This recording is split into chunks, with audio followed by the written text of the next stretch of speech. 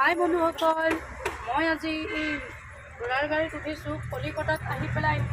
আৰু আজি মোৰ জীৱনত প্ৰথম ঘোঁৰাৰ গাড়ীত উঠা।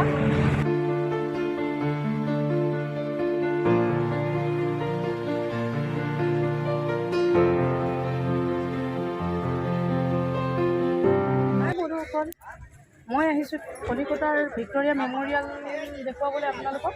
আৰু আপোনালোকে চাই থাকক, ভিতৰত মই ভিক্টৰিয়া মেমৰিয়েল দেখুৱাই আছোঁ। আৰু মই এতিয়া ভিতৰত সোমাই মই দেখুৱাই আছোঁ। মই দেখুৱাইছোঁ ভিক্টৰিয়া মেমৰিয়েলৰ ভিতৰখন। আৰু ভিক্টৰিয়া মেমৰিয়েলৰ গোটেই ভিতৰখন মই দেখুৱাম, আপোনালোকে চাওক। ধুনীয়া ছাইডত গছ গছনি আছে, দুটা ছাইড কলনীৰ। এইটো হ'ল ৰাণী ভিক্টৰিয়া, য'ত ব্ৰিটিছে সেইখিনি সময়ত এটা দিনৰ কাৰণে, ৰাতিৰ কাৰণে এই মহলটো বনোৱা হৈছিলে, এক ৰাতিৰ কাৰণে। এইটোৱে হ'ল ৰাণী ভিক্টৰিয়া বুলি কয়। আৰু এইটো হ'ল ভিক্টৰিয়া মেমৰিয়েলৰ এইটো মহল হয় কলিকতাৰ। আৰু এই মহলটোত আমি ভিতৰত দেখুৱাইছোঁ আপোনালোকে চাওক। এইটো হ'ল ব্ৰঞ্জ পেনেল অৰিজিনেল এষ্টিটেড বাই ছাৰ শম্ভু জন ARF 40। এইটো পিকচাৰ হয় তেওঁলোকৰ।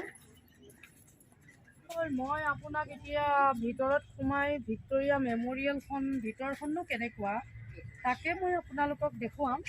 আপোনালোকে ভিতৰখনত চাই লওক, তেখেতে ভিক্টৰিয়া যিটো ৰাণী হয় তেখেতে কেনেকৈ শোৱা বিচনা আছে এখন, তেখেতে এদিনৰ কাৰণে আহি কেনেকৈ ইয়াত ৰেষ্ট লৈছিলে, গোটেই ভিতৰখন মই আপোনালোকক দেখুৱাইছোঁ। আৰু ভিতৰখনৰ আপোনালোকে সম্পূৰ্ণ দৃশ্য মই আপোনালোকক দেখুৱাম, আপোনালোকে চাই থাকক।